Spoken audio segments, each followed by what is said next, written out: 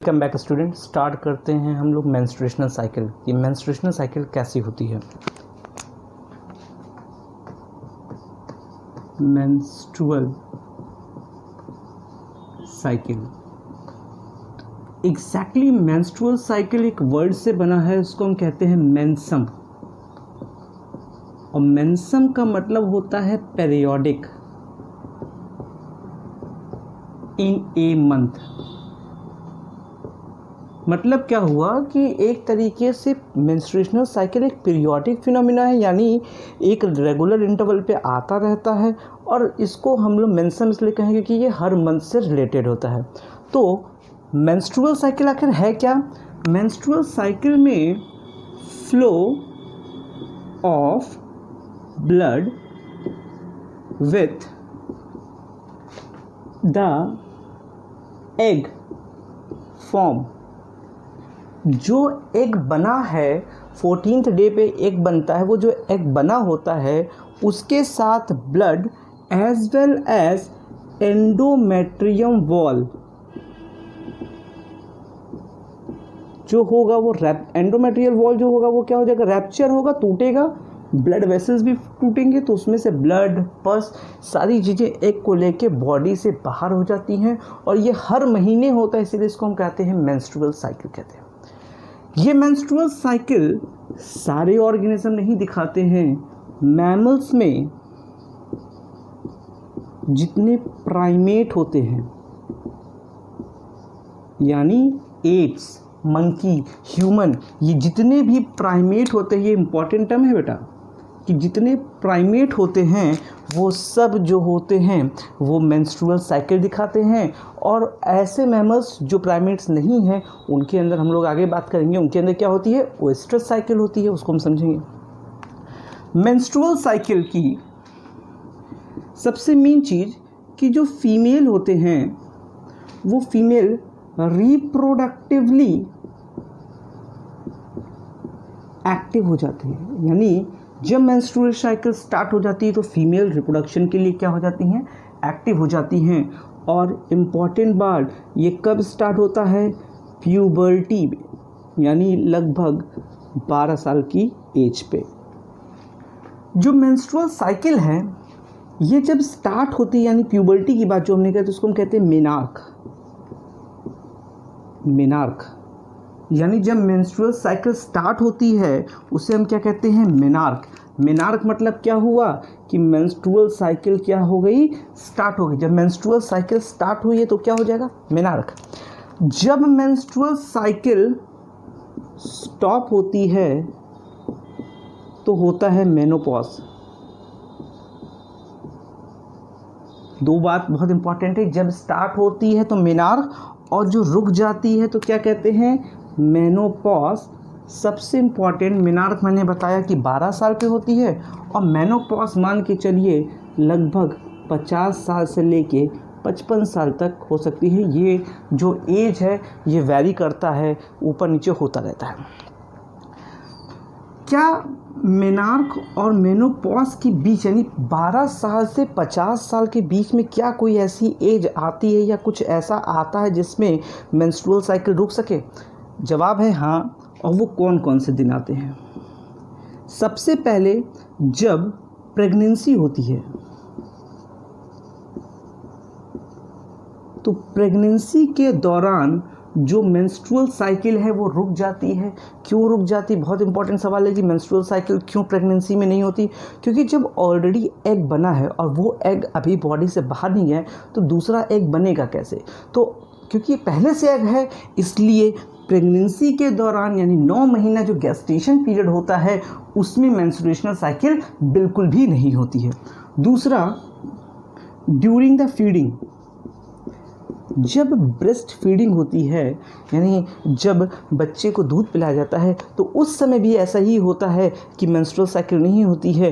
क्यों? क्योंकि उस समय hormones are involved in the formation of the milk. वो मिल्क फॉर्मेशन में एस्ट्रोजन लग जाता है, जिसके वजह से मेंस्ट्रुअल साइकिल नहीं हो पाती। तो ये दो ऐसे समय है जो प्यूबर्टी और मेनोपॉज के बीच में होते हैं, जब हम ये कह सकते हैं कि मेंस्ट्रुअल साइकिल क्या हो जाती है, रुक जाती है। कैसे पता चलता है कि मेनोपॉज है और क्यों होता है मेनोपॉज?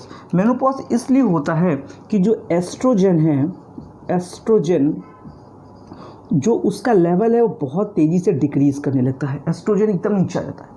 अच्छा, ये बहुत इंपॉर्टेंट चीज़ कि एस्ट्रोजन का लेवल कम होता है ना, तो कहीं ना कहीं हर फीमेल्स के अंदर बहुत बहुत कम मात्रा में टेस्टोस्टेरोन पाया जाता है।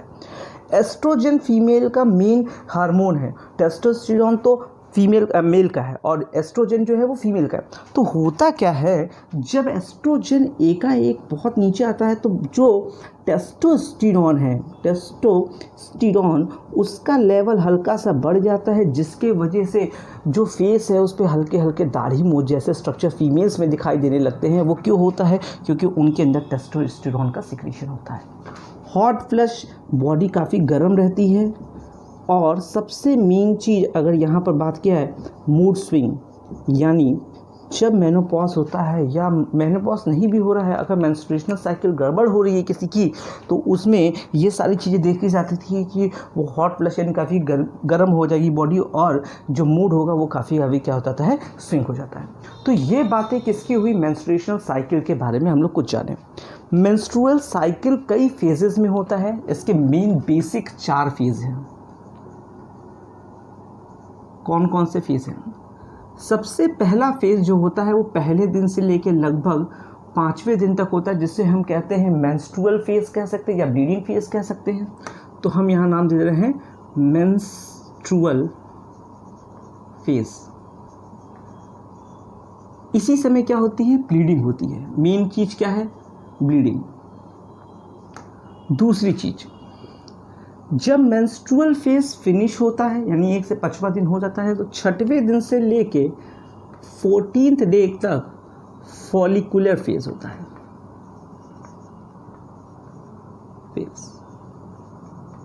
फॉलिकुलर फेज कब होगा? 6 से 14 डे तक। उसके बाद 14th डे पे ओव्यूलेशन होता है, यानी ग्राफियन फॉलिकल रैप्चर करेगा और उसमें से एग बाहर निकलेगा। उसके बाद लूटियल फेज होता है, जब कार्पस लूटियम का फॉर्मेशन होगा। लगभग हम बोल सकते हैं कि 14th डे से लेके उसके बाद के जो फेजेस हैं या सिक्रीटरी फेज है, उसके बाद के फेज क्या हो जाएंगे? आपके लूटियल फेज हो जाएंगे। और लास्ट में सिक्रीटरी फेज होता है। तो कहीं ना कहीं टोटल अगर हम लोग देख रहे हैं तो 4 फेजेस मेन दिखाई दे रहे हैं, menstrual phase, follicular phase, ovulatory phase, luteal phase और ल्यूटियल फेज सिक्रीटरी फेज को हम एक में लेकर चलते हैं, जो कि 14 से लगभग 28 दिन तक होता है। तो this is all about the menstrual cycle. Menstrual cycle किस तरीके से होती है ये हम लोग अगली वीडियो में देखते हैं। स्टार्ट करते हैं हर एक फेज़ को डिटेल में समझने के लिए। हर एक फेज़ को डिटेल में समझने के लिए हमें अलग अलग कैटेगरिया से समझना होगा। जैसे सबसे पहली बात, हम एक सबसे पहली वॉल बनाते हैं।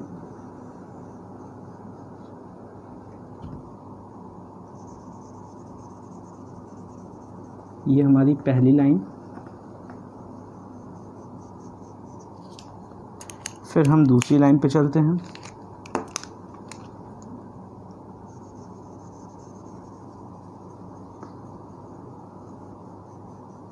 फिर हम तीसरी लाइन पे आ जाते हैं।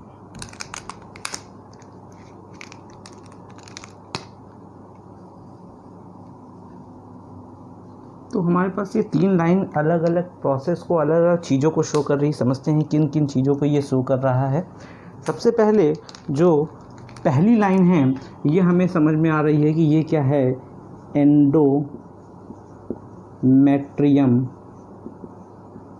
वॉल है, जिसको हम ओवेरियन वॉल के नाम से भी कह सकते हैं। तो पहली चीज़ जो हमारी हो गई वो क्या हो गई? एंडोमेट्रियम वॉल के बारे में। दूसरा जो होता है वो हम कहेंगे ओवेरियन हार्मोन्स। तो जो एस्ट्रोजन और प्रोजेस्टेरोन है वो हम इस कैटेगरी में लेकर चल रहे हैं। और तीसरा है चेंजेस इन ओवरी।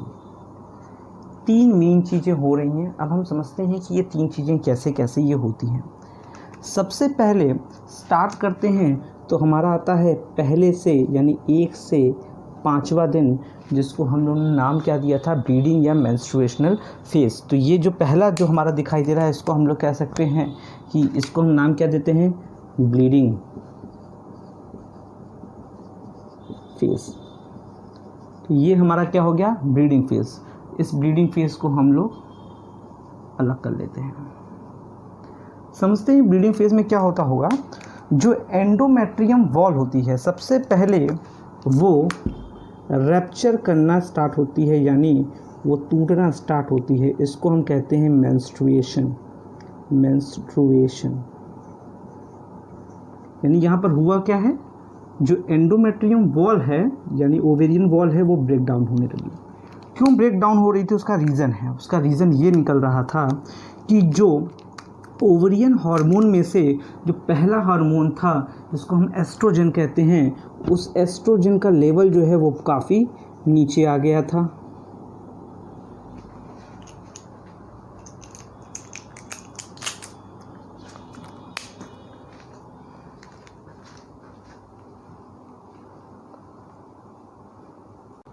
स्टार्ट करते हैं फेजेस ऑफ मेंस्ट्रुएशन में कौन कौन से फेजेस किस तरीके से होते हैं। इसको समझने के लिए हम लोग 3 वॉल्स को बना के उसको समझेंगे। पहली लाइन,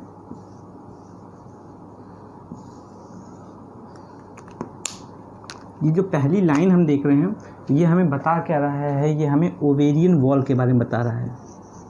ओवेरियन वॉल, जिसको हम लोग एंडोमेट्रियम वॉल के नाम से भी जानते हैं। जो एंडोमेट्रियम वॉल है, ये पहली लाइन हमें एंडोमेट्रियम वॉल में जो जो चेंजेस होंगे वो दिखाएंगे। दूसरी लाइन में चलते हैं।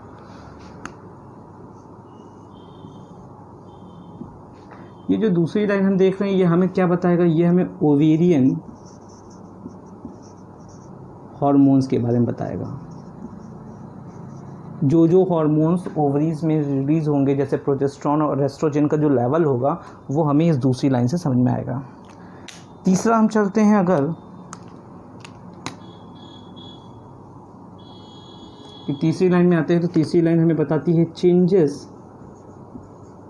इन ओवरी, यानी ओवरी में जो जो चेंजेस होंगे, चाहे ग्राफियन फॉलिक्यूल्स का बनना, चाहे हम कह सकते हैं कार्पस लूटियम का बनना, ये जो भी चीज़ें बनेंगी ओवरी में, वो चेंजेस इन ओवरी हम यहाँ समझेंगे। तो शुरू करते हैं कि आखिर इसमें होता क्या है। सबसे पहले दिन यानी 1 से लेके 5वें दिन तक जो ओवेरियन वॉल होती है वो रैप्चर करती है और टूट जाती है। ये इसलिए टूटी है क्योंकि इस समय जो प्रोजेस्टेरोन का लेवल है वो काफ़ी कम है।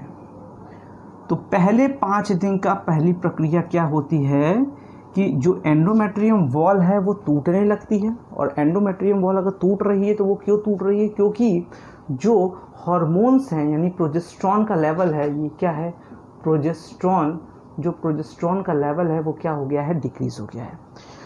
जो लो प्रोजेस्टेरोन होगा वो एक खेल खेलेगा।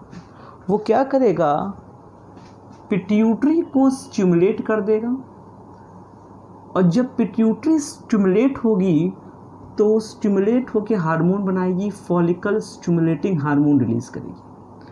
Follicle stimulating hormone is responsible in the formation of the follicles. अब हम बात करते हैं 6वें दिन से 14th डे की बात हो रही है।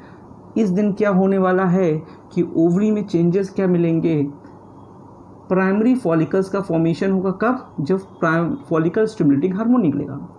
ये प्राइमरी फॉलिकल्स जो हैं वो सेकेंडरी फॉलिकल्स, टर्जरी फॉलिकल्स और लास्ट में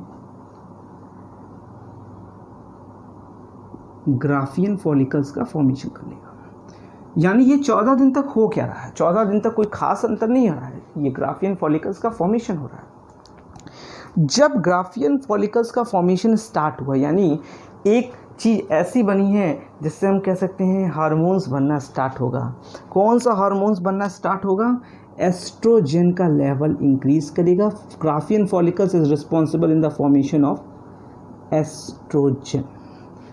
एस्ट्रोजन का फॉर्मेशन स्टार्ट हो जाएगा। ये एस्ट्रोजन जैसे जैसे बढ़ता जाएगा, जैसे जैसे बढ़ता जाएगा, वो फिर अटैक करेगा पिट्यूटरी पे। कौन अटैक कर रहा है? हाई, यहाँ लो लेवल ऑफ प्रोजेस्टेरॉन था, यहाँ हाई एस्ट्रोजन। हाई एस्ट्रोजन ने अटैक किया पिट्यूटरी पे। यहाँ लो प्रोजेस्टेरॉन को अटैक किया था पिट्यूटरी ने, तो follicle stimulating hormone. High estrogen जब पिट्यूटरी पर रिलीज करेगा तो पिट्यूटरी क्या रिलीज करने वाला है यहाँ से? ल्यूटिनाइजिंग हार्मोन यानी LH। 14th डे जैसे ही आएगा, ये ल्यूटिनाइजिंग हार्मोन्स अपने पीक पोजीशन पे पहुंच जाएगा, सबसे ज़्यादा मैक्सिमम। इसको हम कहते हैं LH सर्ज, जिसके वजह से फॉलिकल्स अलग हो जाएंगे और एग अलग हो जाएगा, और इसको हम कहेंगे ओव्यूलेशन। 14th डे पे क्या हो गया? ओव्यूलेशन हो गया।